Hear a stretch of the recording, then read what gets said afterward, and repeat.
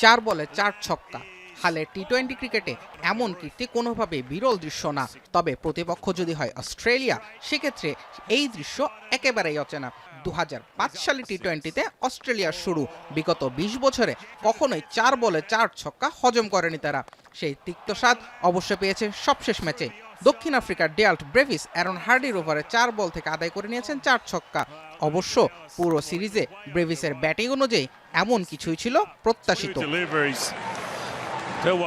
3 ম্যাচে করেছেন 180 run, century আছে একটি, 50 আছে একটি, গড় 90, ব্যাট চালিয়েছেন 204 স্ট্রাইক রেটে।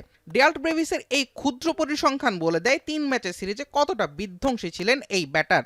দক্ষিণ আফ্রিকা ক্রিকেটে এক টি-20 সিরিজে সবচেয়ে বেশি রানের তালিকায় উঠে এসেছেন দ্বিতীয় স্থানে। সবার উপরে থাকা কুইন্টন ডি কক 255 রান করেছিলেন 5 ম্যাচের সিরিজে। 3 ম্যাচের বিবেচনায় ব্রেভিসের রানই থাকছে সবার উপরে। সিরিজের দ্বিতীয় ম্যাচে 41 বলে করেছিলেন সেঞ্চুরি, অপরাজিত ছিলেন 125 রানে। প্রোটিয়া ক্রিকেটে টি-20তে ব্যক্তিগত সর্বোচ্চ রানের স্কোর এখন ব্রেভিসের। সবচেয়ে কম বয়সে সেঞ্চুরির রেকর্ডটাও তার। সেই সঙ্গে দ্রুততম সেঞ্চুরির তালিকাতে 2-এ উঠে এসেছে তার সেই সেঞ্চুরি। এর ওপরে আছে কেবল বাংলাদেশের বিপক্ষে ডেভিড মিলারের করা 35 বলের সেঞ্চুরি। এছাড়া টি-20তে প্রথম 10 ইনিংসের সবচেয়ে বেশি স্ট্রাইক রেটের রেকর্ডও এখন ব্রেভিসের সঙ্গী।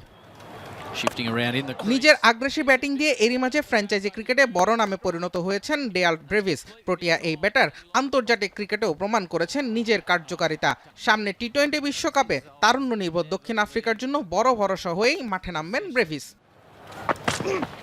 জুবায়ের আহমেদ, এখন।